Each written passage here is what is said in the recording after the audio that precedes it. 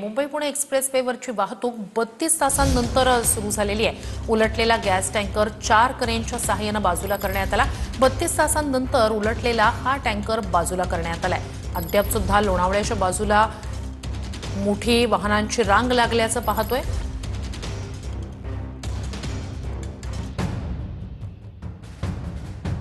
तब्बल 32 तासांनंतर मुंबई पुणे एक्सप्रेसवेवरील वाहतूक सुरू झाली। रात्री उशिरा 1:15च्या सुमारास अपघातग्रस्त टँकर हटवण्यात आला। यानंतर मुंबईकडे जाणारी वाहतूक सुरू झाली। एक्सप्रेसवेवरील मुंबई जवळची वाहतूक सुरळीत झाली असली तरी लोणावळ्याच्या अलीकडे वाहनं अजूनही जागेवरच थांबून आहेत।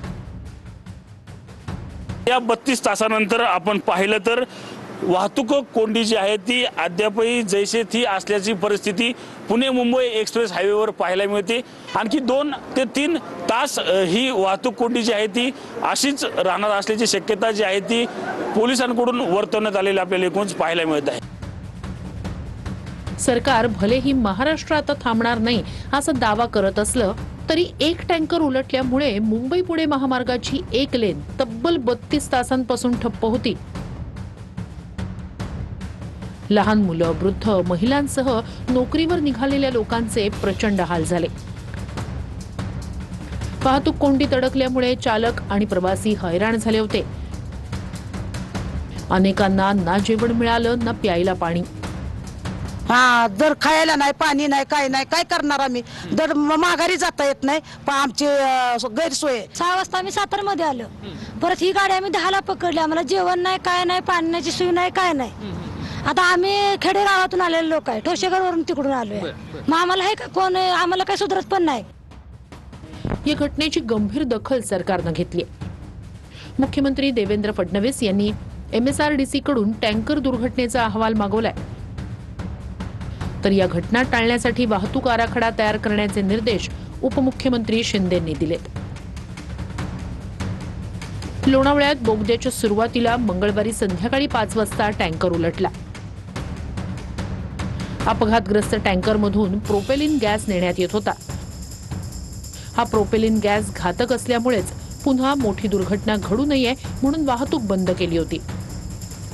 मात्र अपघातग्रस्त टँकरमधला गॅस ट्रान्सफर करण्यासाठी आवश्यक ट्रक घटनास्थळी 24 तासांनंतर पोहोचला। त्यामुळे तब्बल 32 तासांपासून महामार्गावर 20 ते 22 किलोमीटर पर्यंत वाहनांच्या रांगा लागल्या होत्या। रात्रीच्या वेळेची ही दृश्य मुंबई पुणे एक्सप्रेसचे आपण पाहतोय। तब्बल 32 तासांनंतर या ठिकाणचा टँकर जो उलटला होता तो बाजूला करण्यात आलाय। 20 ते 22 तास या ठिकाणी अक्षरशः वाहनांच्या मोठ्या रांगा लागलेल्या होत्या। वाहतूक आता 32 तासांनंतर जेव्हा टँकर उलटला तेव्हा सुरळीत सुरू करण्यात आली।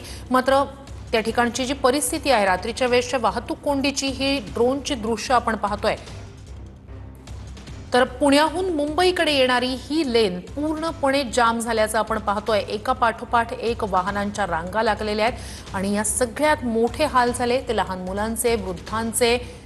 वाहन चालकांना सुद्धा मोठ्या मनस्तापाला सामोरं जावं लागलं।